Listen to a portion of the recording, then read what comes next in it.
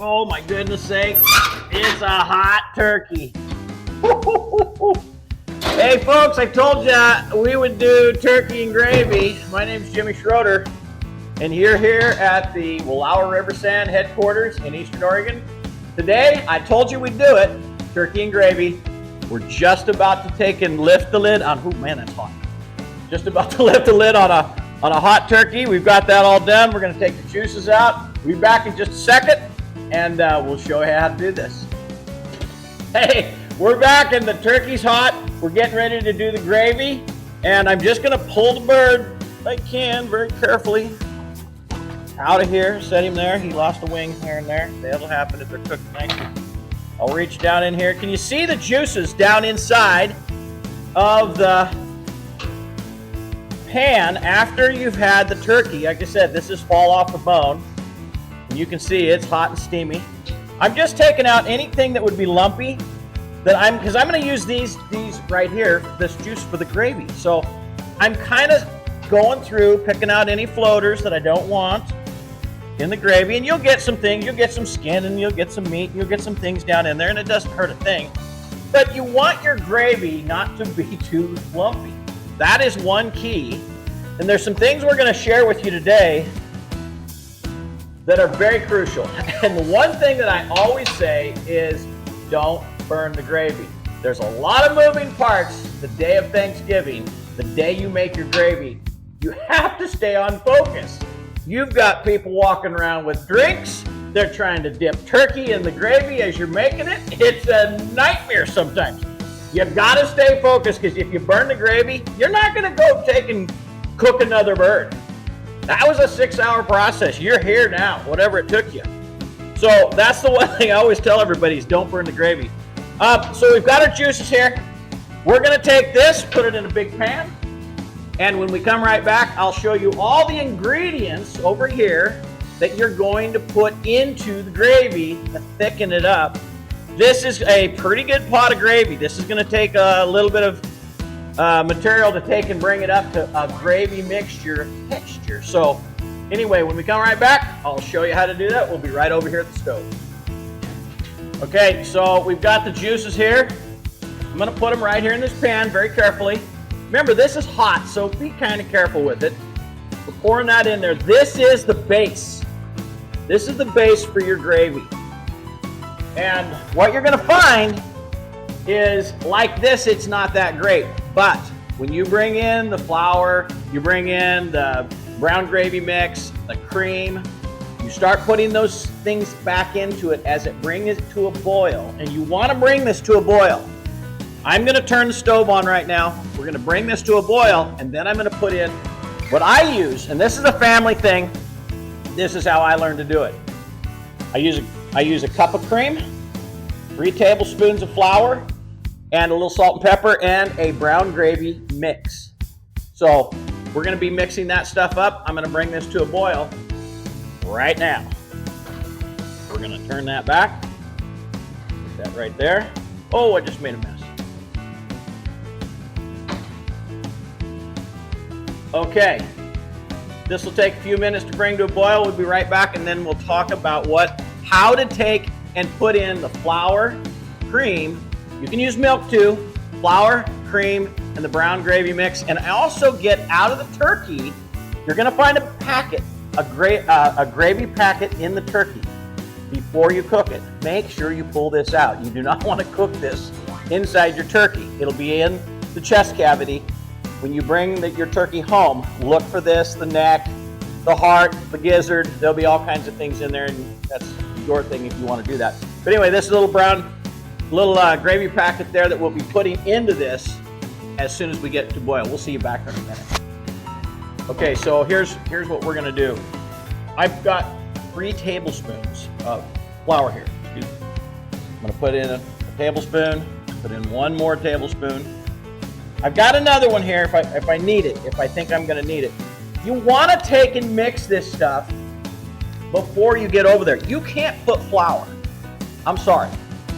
You can try. You can't put dry flour in gravy. You can't do it. It'll lump up. It'll be terrible. I like to mix my stuff before I get there And so I use at least one. There'll be great flavor anyway, but I like the brown gravy packet, so I put the brown gravy packet in there. And but you want to mix this ahead of time. You want to mix it. A lot of people use water and flour. This is how my grandma and my mother did it, okay? And the reason I mix it ahead of time is when I get to a boil over here, I'm going to slowly feather that in. And if I think it's too thick, I'll put a little water in it. I'll just add a little water to it, just to water it down a little bit, because I want it kind of runny as I put it in there. And what it does, it thickens the gravy. It turns it into gravy. You can't mess this up again. I can't emphasize that enough. You have one shot. This is a milk product. If you burn a milk product, your gravy's shot. Don't burn it. The key to it, and I'm going to show you shortly, you have to keep gravy moving. This thing right here is going to go in a circle all the time. While it's boiling and I'm pouring it in there, you're going to keep this moving. I don't care if your cousin from Indiana comes up and says, hey, I got to tell you a joke. Don't break your concentration.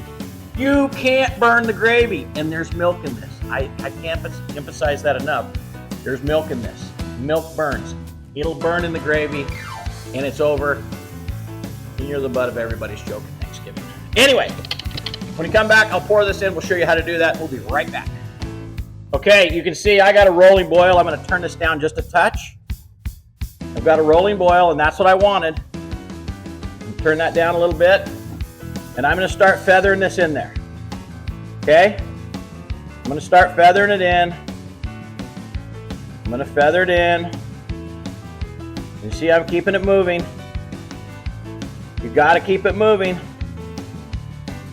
Keep it moving. Keep it moving. Just barely putting it in there. I just got some on it. Don't put it in too fast. Don't put it in too fast. Real nice and easy. It kind of cools it a little bit too, so it'll knock the boil down a little bit. If it gets to boiling too much, you've got to turn the heat down. Turn the heat down to where it's just on a low. Okay? Just turn it down on a low. But this has got to just keep on moving. We're going to do this for a while, and I'm going to see what it looks like. I didn't put the whole thing in, but I'm just going to keep this moving. I'm going to turn it down a little more. We're just going to do this for a little while. And sometimes it takes about 9 to 10 minutes. But you can see the steam coming off. It smells fabulous, by the way. And you'll want to add a little salt and pepper to this. We do a little RiverSand, by the way, a little Wallowa RiverSand. But you'll want to put a little salt and pepper. Is really good in gravy. Pepper tastes great in gravy. Don't overdo it. Anyway, this is the key to the whole thing right here. I'm cooking away. We're doing good. We got a good fire there. This is the key to gravy. It is the movement of your little spatula on the bottom. And there's a point where you go, man, it's just not ever going to take and thicken up. And all of a sudden, it's going to thicken up. You can't get too nervous about the whole thing. You can't get too nervous, but you have to keep it moving. As you're pouring that stuff in there, you've got to keep that moving. It's crucial. It's crucial to gravy. You will be the star of your family, I swear. It's almost better than doing the turkey.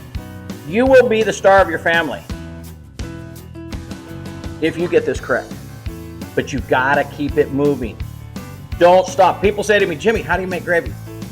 Pretty simple, but you've got to stay focused on it. And like I say, every Tom, Dick, and Harry in your family is going to come up. Pretty soon, they'll be over here carving the turkey, and then they'll be bringing pieces over. Hey, I just want a dip. I just want a little dip. Okay, that's fine, but don't take your eyes off the ball. Keep it going. Just keep on turning, and you're going, man, this is never going to thicken. It's already starting to thicken. But it takes some time, and you can't get too nervous about it. You've got to stay focused on what you're doing. So anyway, we're going to come back in a little bit. This is going to thicken up. You got to stay with it. Don't give up. Just stay with it. It'll thicken. And I can already tell this is coming. I know it doesn't look like it's coming, but it's coming. And if it doesn't, and you think, well, maybe I need a little more, mix up another little thing of it. You know, maybe you need a little more in there. That's fine. Don't overdo it though. Do it little bits at a time, because you can turn this whole thing into a brick of flour. So you got to be careful. I'm gonna turn the heat up just a little more. Get a little more boil going on here. Sometimes it takes a little boil. The other thing is, a lot of people don't like the fat on top. They actually have a little device that you can get at a kitchen store. You dip it in there and it'll pull the fat off the top. A lot of that really turns into pretty good gravy though. But there is a little device you can get at the kitchen store, and it pulls the fat off the top of your gravy. So if you don't like that, that's fine, but it does make pretty tasty for the day, and it's not like you're eating it every day, so it's not going to kill you. But anyway, we'll be right back, and I'll show you what the gravy looks like all thickened up. I'm going to stay right here with it. See it in a little bit. Hey, we're back, and we've got the gravy finished, and we've got a little turkey on the plate. I put a little bit of dressing on there. Let's put a little of the gravy on there. It's nice and hot. Put a little on everything here, kind of. You know, this is the other thing, the saving grace about gravy is, let's say you get this turkey a little dry, you got gravy, and that'll help you out. So sometimes your gravy is your saving grace. And anyway, so let's give this a try and see what it tastes like. Oh my gosh, it's hot. Wow.